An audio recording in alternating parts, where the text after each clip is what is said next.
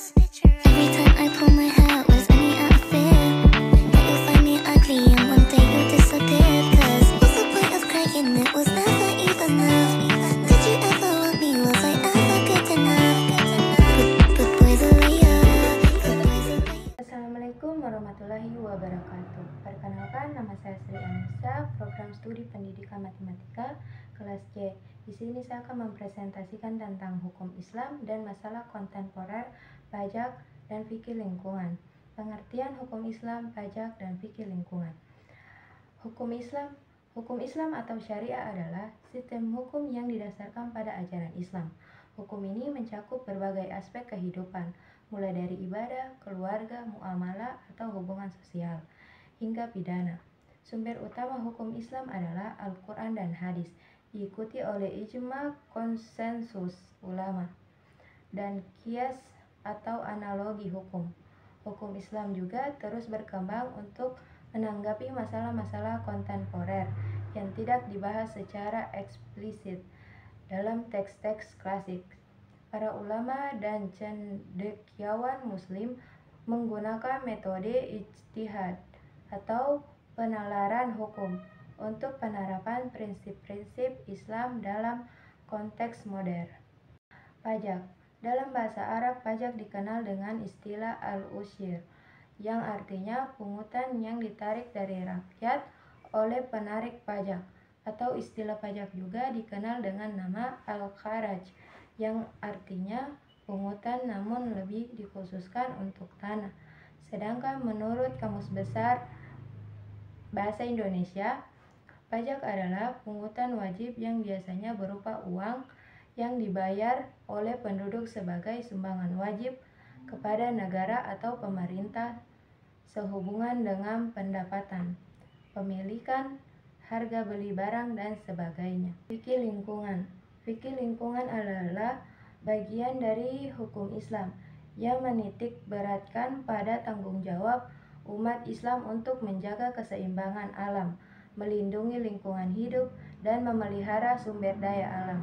Beberapa isu yang termasuk dalam fikih lingkungan diantaranya pengelolaan sampah, pengelolaan sumber daya air, mitigasi perubahan iklim, perlindungan keanekaragaman hayati. Hukum Islam dibagi menjadi beberapa kategori, yaitu ibadah, mengatur tentang ritual keagamaan seperti sholat, zakat, puasa, dan haji. Muamalah, mengatur hubungan sosial dan ekonomi, termasuk hukum pernikahan, warisan, kontrak, dan perdagangan. Jinayah, hukum pidana dalam Islam mencakup tindak pidana seperti pencurigaan, pembunuhan, dan zina, serta hukuman yang terkait. Hudud, hukuman yang telah ditetapkan oleh Allah dalam Al-Quran untuk pelanggaran tertentu seperti zina, pencurian, dan minum alkohol. Qisas, hukum pembalasan dalam kasus pembunuhan atau penganiayaan yang setara dengan kejahatan yang dilakukan. Tazir, hukuman yang ditentukan oleh otoritas hukum atau hakim, biasanya untuk pelanggaran yang tidak tercakup oleh hudud atau qiyas. Faktor-faktor yang menghambat penegakan dan penerapan hukum Islam sebagai berikut. 1. Kendala kultural atau sosiologis, yakni adanya umat Islam yang masih belum bisa menerima. Kendala fikrah atau pemikiran, yakni banyaknya pandangan negatif terhadap hukum pidana Islam dan kurang yakin dengan efektivitasnya. Kendala filosofi berupa tuduhan bahwa hukum itu tindakan adil, bahkan kejam, dan ketinggalan zaman serta bertentangan dengan cita-cita hukum nasional. Kendala yuridis yang tercermin dari belum adanya ketentuan hukum pidana yang bersumber dari syariat Islam. Kendala konsolidasi, yakni belum bertemunya para pendukung pemberlakuan hukum Islam dari berbagai kalangan yang masih menonjolkan dalil, argumen, dan metode penerapannya masing-masing. Kendala akademis terlihat dari belum meluasnya pengajaran hukum pidana Islam di sekolah atau kampus-kampus. Kendala perumusan yang terlihat dari belum adanya upaya yang sistematis untuk merumuskan hukum pidana sesuai syariat Islam sebagai persiapan menggantikan hukum pidana Barat. Masalah kontemporer pajak dalam hukum Islam diantaranya, pajak dianggap haram oleh berbagai ulama karena dianggap sebagai upaya memakan harta batil. Hadis Uqbah bin Amir yang diriwayatkan oleh HR Abu Daud menyatakan bahwa orang yang mengambil pajak secara zalim tidak akan masuk surga. Pajak atau riba dalam Islam hanya boleh dipungut untuk pembiayaan yang merupakan kewajiban bagi kaum muslim dan sebatas jumlah yang diperlukan.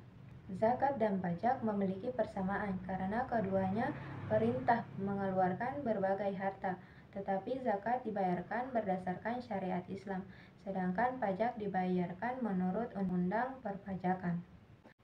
Masalah kontemporer fikih lingkungan. Fikih kontemporer merupakan sebuah permasalahan-permasalahan yang ditemukan dewasa ini berkenan dengan hukum Islam dan belum ditemukan semasa Rasulullah SAW maupun sahabat yang kemudian dilakukan sebuah ijtihad dalam menentukan sebuah hukumnya dengan berlandaskan sumber hukum primer Islam, yaitu Al-Quran, hadis, ijma, dan qiyas. Objek kajian atau ruang lingkup fikih kontemporer mencakupi seluruh aspek dalam kehidupan manusia sekarang ini seperti teknologi, peribadatan, ekonomi, sosial, politik, dan berbagai hal yang ditemukan dalam kemasyarakatan. Beberapa masalah kontemporer antara lain: 1. Pencemaran lingkungan. Isu pencemaran udara, air, dan tanah menjadi perhatian utama dalam fikih. Menjaga kebersihan dan kelestarian lingkungan merupakan bagian dari kewajiban, dan mencemarkan dianggap sebagai tindakan yang merusak ciptaan Allah. Pertanyaannya adalah, bagaimana penerapan prinsip-prinsip fikih dalam regulasi dan kebijakan untuk mengatasi pencemaran? 2. Penggunaan sumber daya alam secara berlebihan. Pengambilan sumber daya alam secara berlebihan atau tidak bijaksana menimbulkan masalah seperti deforestasi, krisis air, dan hilangnya keanekaragaman hayati. Fikih mengajarkan prinsip keseimbangan atau mizan dan keadilan yang seharusnya mencegah eksploitasi berlebihan terhadap alam. 3. Sampah dan pengelolaannya. Pertambahan volume sampah, terutama sampah plastik yang sulit terurai, menjadi masalah global. Dalam Islam, ada ajaran untuk menghindari pemborosan dan menjaga kebersihan. Tentangnya adalah bagaimana masyarakat muslim dapat mengaplikasikan prinsip ini dalam kehidupan sehari-hari untuk mengurangi dan mengelola sampah secara berkelanjutan. Kesimpulan, pajak dan fikih lingkungan adalah dua isu kontemporer yang memerlukan perhatian khusus dalam hukum Islam. Dalam hal ini, pajak ada kebutuhan untuk menyelaraskan kewajiban sipil dengan prinsip-prinsip Islam, sementara fikih lingkungan menuntut penerapan prinsip-prinsip Islam untuk menjaga kelestarian alam.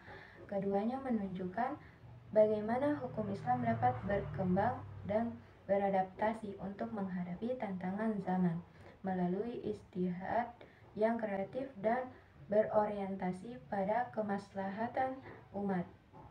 Itulah presentasi dari saya. Jika ada salah kata mohon dimaafkan, dan saya akhiri. Wabillahi taufiq wal hidayah. Wassalamualaikum warahmatullahi wabarakatuh.